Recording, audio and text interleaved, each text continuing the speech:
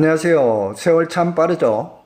무더운 여름인가 싶더니 어느새 살포시 가을이 다가옵니다.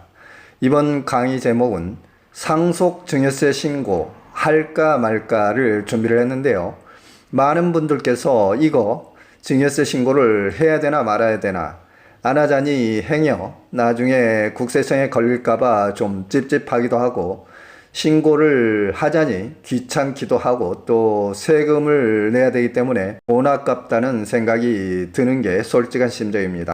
그래서 국세청 조사관실에서 수십여 년 상속증여세 조사 업무를 담당해왔던 국세청 출신으로서 상속증여세 신고 방법과 계산 방법, 그리고 합법적인 절세 방법 등을 쿨하게 솔직한 말씀을 여러분들께 드려보겠습니다.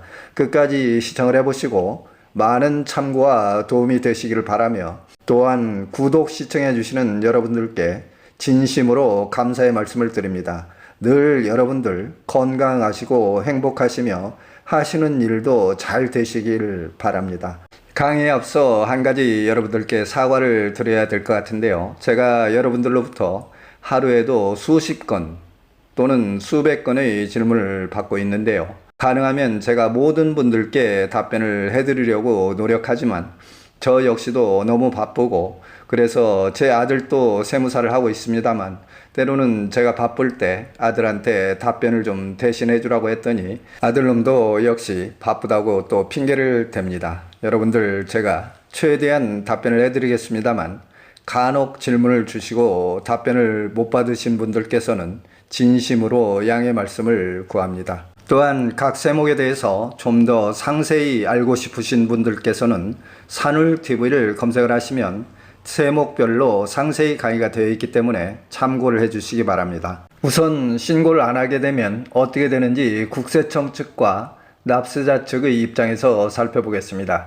국세청 측 입장으로는 누구나 모두 신고를 해주면 좋겠지만 대부분 신고를 하지 않고 있기 때문에 상속증여세의 과세 자료를 최대한 발췌하여 탈루된 세금을 찾아내 과세하려고 하겠으며, 납세자 측 입장을 보게 되면 꼭 세금을 내기 싫어서가 아니고 신고 절차나 세액 계산도 매우 복잡하고 또 신고를 안 하는 사람도 많은데 굳이 나만 신고해야 되나, 물론 성실 신고를 하시는 분들도 많겠습니다만 대부분 별일 없으면 좋고 행여 나중에 발각이 되면 그때 가서 대처하겠다는 입장인 것 같습니다. 다음은 신고를 하지 않게 되면 어떠한 불이익이 주어지며 추후에 어떠한 사유로 발각이 되는지 살펴보겠습니다. 무신고 시의 불이익으로는 세무조사를 받거나 소명요구서를 받을 수 있겠으며 최고 40% 이상의 가산세 등 불이익을 받게 되겠습니다. 그리고 추후에 어떤 사유로 발각되는지는 첫 번째, 부동산 구입이나 주식 투자, 고액 현금 거래 등 재산 행위를 했을 때, 또는 국세청의 부동산 투기조사, 취득자금 출처조사, 탈세 제보 등이 있을 때가 되겠고요.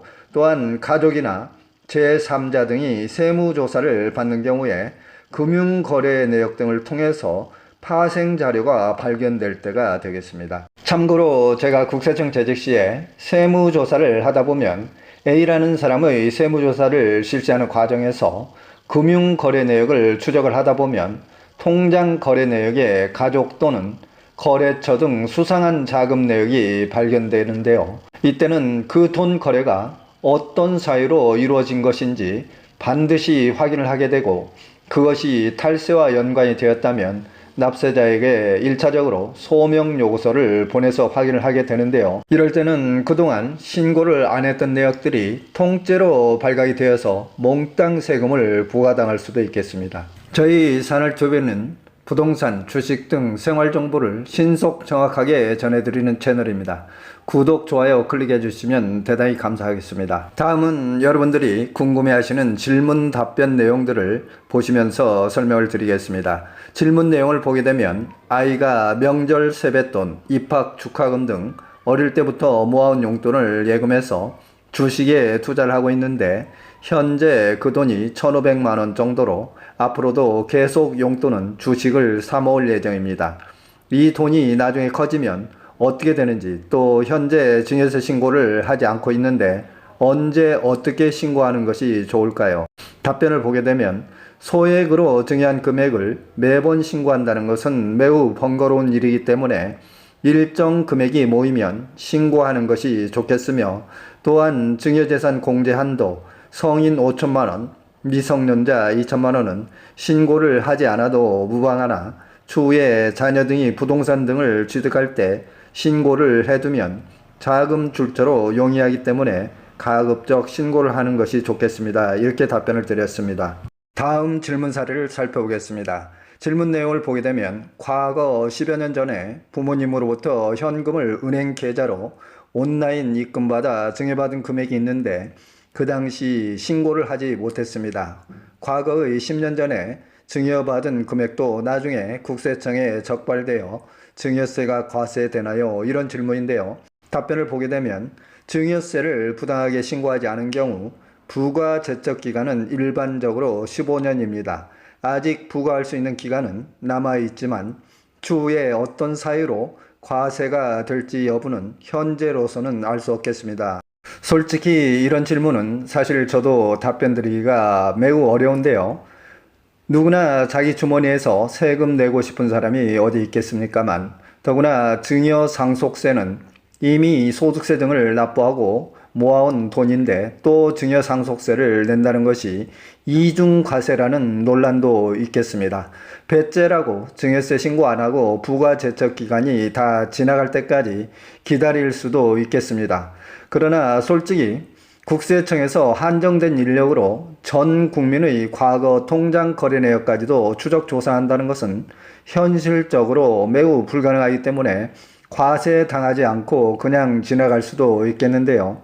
이런 경우에는 만약에 부동산을 취득을 한다든지, 그래서 자금 조달 계획서를 제출해야 한다든가, 또는 고액 현금 거래로 국세청에 통보가 되거나 고액 주식 거래자로서 주식 취득자금 출처를 조사하게 되는 경우에는 과거의 통장 내역이 한꺼번에 모두 발견될 수 있기 때문에 적어도 최소한 부가 제척 기간이 지날 때까지는 국세청에 어떤 빌미를 제공하는 행위를 스스로 자제할 수밖에 없겠습니다. 다음은 자녀가 용돈이나 축하금 등을 아껴서 모은 돈이 증여세 과세 대상일까를 살펴보겠습니다. 세법이 규정하는 사회통념상 증여세 비과세 항목을 보게 되면 사회통념상으로 인정되는 이재 구호금품, 치료비, 비부양자의 생활비, 교육비, 그 밖에 이와 유사한 금품으로 장학금, 기념품, 축하금, 부의금, 혼수용품이라고 정의를 하고 있는데요. 결론적으로 말씀을 드리게 되면 자녀가 받은 세뱃돈이나 자녀가 용돈을 아껴서 저축한 돈은 비과세 항목에 들어있지 않기 때문에 증여세 과세 대상이라고 볼 수 있겠으며, 기타 기념품이나 축하금 등이 사회통념상의 범위를 벗어난 과다한 금액 역시 증여세 과세 대상이라고 할 수 있겠습니다. 다음은 자녀의 용돈으로 주식 투자나 적금, 보험, 청약통장 가입 시 증여세 과세 여부를 살펴보겠습니다. 자녀 명의 주식 투자는 자녀 명의로 주식을 매수한 후에 일정 기간 그대로 놔두게 되면 최초 증여한 금액만 증여세 과세 대상이 되겠으며, 그러나 부모가 지속적으로 매매 행위를 반복하게 되면 주식의 현 시세 금액으로 평가가 되어서 증여세가 과세가 되겠습니다. 적금이나 보험, 청약통장 가입 시에는 최초로 입금한 금액만 증여세 과세 대상이 되었고요. 여기서 특히 주의하셔야 될 사항으로는 최초로 자녀 명의로 현금을 증여한 시점에 증여세 신고를 해두고 부모가 지속적으로 주식 매매 행위를 하지 말아야 되겠으며, 특히 증여재산 공제 한도를 초과하는 금액에 대해서는 반드시 증여세 신고를 하는 것이 유리하겠습니다. 나중에 신고를 안 하게 되면 가산세 등 40%의 무거운 불이익을 받을 수 있기 때문입니다. 증여세 상속세 신고 방법을 살펴보겠습니다. 국세청 홈택스를 통해서 온라인으로 신고를 하시면 되겠고요. 온라인 신고가 어려우신 분들은 직접 관할 세무서에 찾아가서 증여세 상속세 신고 방법을 상담한 후에 신고서를 작성해서 세무서에 제출을 하셔도 되겠습니다.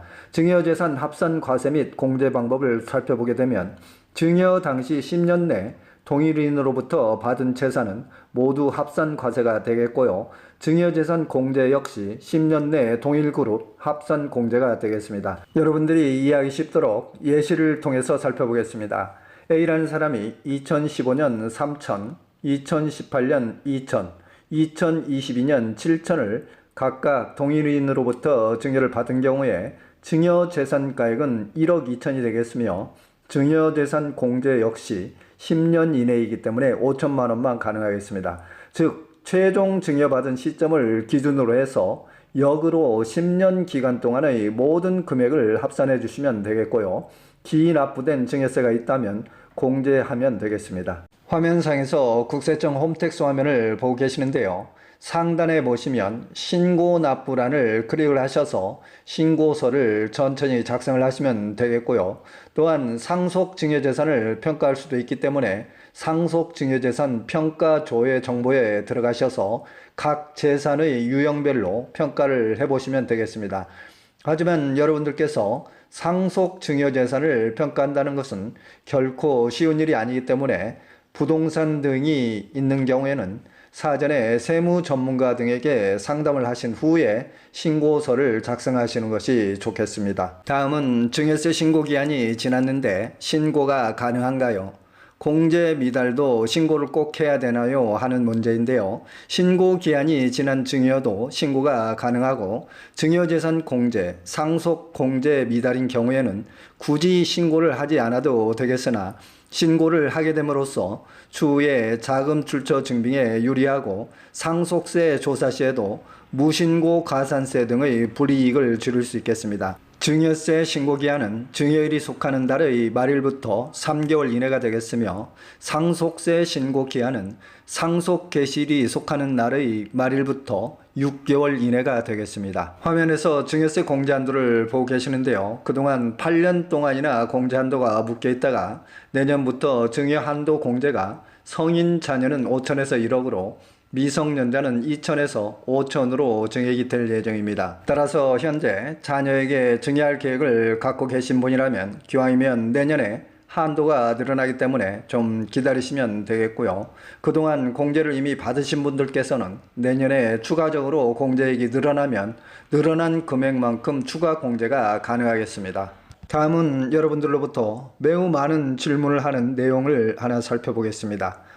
이미 과거에 가족 간 통장 이체가 섞여 있는데 지금이라도 증여세 신고를 해야 될까요? 하는 문제인데요.